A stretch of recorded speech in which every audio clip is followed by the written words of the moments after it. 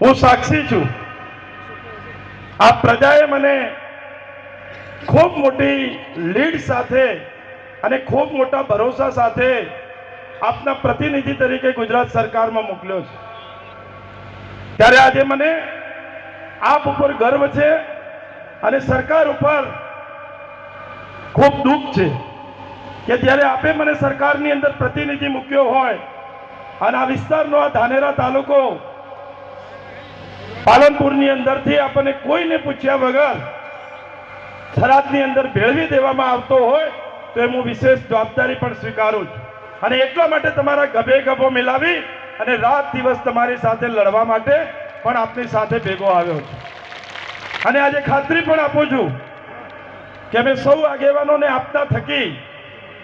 આજે આટલું બધું કામ અને લગનગાળો હોવા છતાં પણ એક નાની સરખી આપને ફોન ઉપર જાણ કરી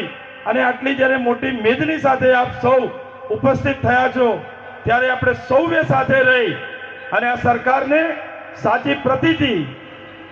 કે સરકારને કોઈને કોઈ લોકોએ ગેરમાર્ગે દોરી અને જે વિભાજન થયું છે એ વિભાજન આખા જિલ્લાનું ખોટું વિભાજન થયું છે અને એના કારણે કરીને આજે જિલ્લો 20 દિવસથી દરેક તાલુકે મોટા મોટા આંદોલનો મોટા બંધ રાખવાના સરકાર સામે પડવાનું આ પ્રકારની પ્રવૃત્તિ આખા જિલ્લામાં ચાલે છે। અને હું આપને એ વાત પણ કરું છું કે સરકારના ધ્યાને પણ આવ્યું છે જ્યારે તમે લોકો આટલા બધા જાગૃત થયા અને તમારા સૌના આશીર્વાદ થકી સરકાર પણ આ બાબત ધ્યાને આવ્યું છે કે કંઈક કાચું કપાયું છે જે સરકારને ખોટી ગેરમાર્ગે દોરી અને જે પ્રકારનું વિભાજન થયું આજ દિવસ સુધીનો ઇતિહાસ છે કે કોઈ પણ જિલ્લાનું વિભાજન થતું હોય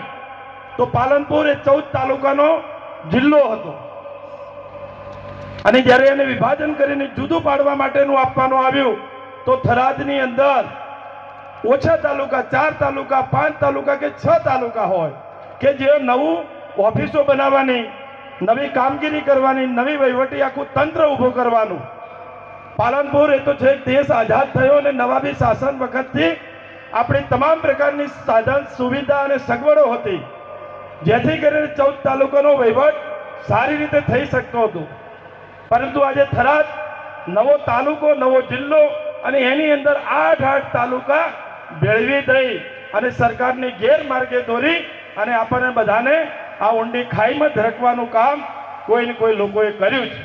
અને આ વાત સરકારના ધ્યાન ઉપર આવી છે અને એટલા માટે આજે જ્યારે તમે ખૂબ મોટી સંખ્યાની અંદર